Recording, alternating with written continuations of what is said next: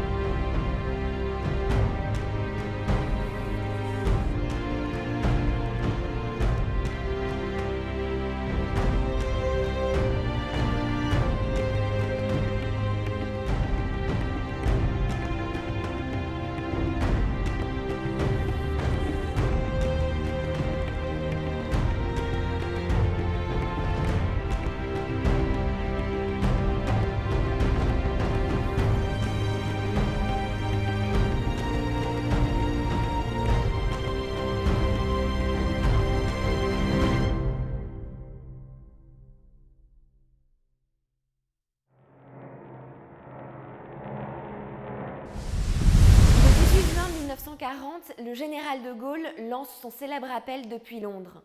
Fuir, résister ou collaborer. Et vous, qu'auriez-vous fait ?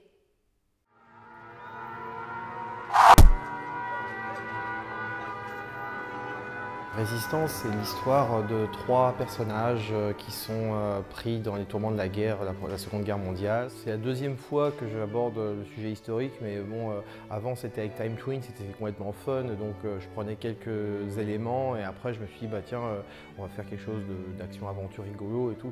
Là, c'est une BD réaliste avec un sujet encore sensible. Et tout est difficile, quoi. Toute case, au début, c'est très difficile d'écrire des dialogues parce qu'on n'est pas dans la SF, on n'est pas dans le fantastique, on est tout doit être documenté et pour le dessinateur et pour moi, donc les difficultés elles étaient constantes, mais finalement petit à petit on s'y habitue et on apprend à jouer avec ça, quoi.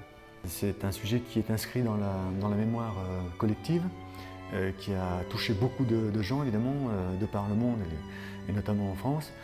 Et donc le devoir de mémoire quand même fait qu'on doit un respect à cette histoire et aux gens qui l'ont vécu. Et on ne peut pas se permettre de faire n'importe quoi. Voilà, c'était ça le point d'orgue, je dirais, de mon travail, quoi, en fait, sur le premier album. Ce qui va se poursuivre d'ailleurs dans tous les albums de la série.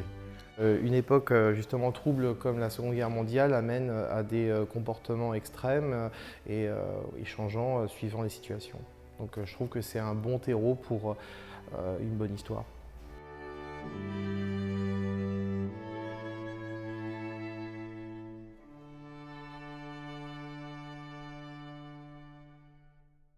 Et puis si vous ne les avez pas encore découverts, voici les albums à ne pas manquer. Nous ne serons jamais des héros, un road movie poignant entre un père et son fils. signé par les frères Salcedo et Jouvray. La trilogie d'Alika, qui touche à sa fin, l'occasion de dire au revoir à cette héroïne fantastique et très jolie.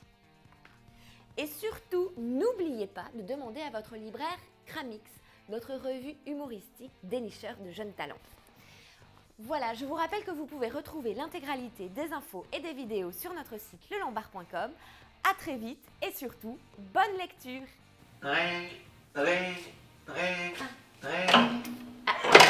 Allô? Les carottes sont cuites, je répète, les carottes sont cuites. Ah bah ça tombe bien, j'ai un petit creux.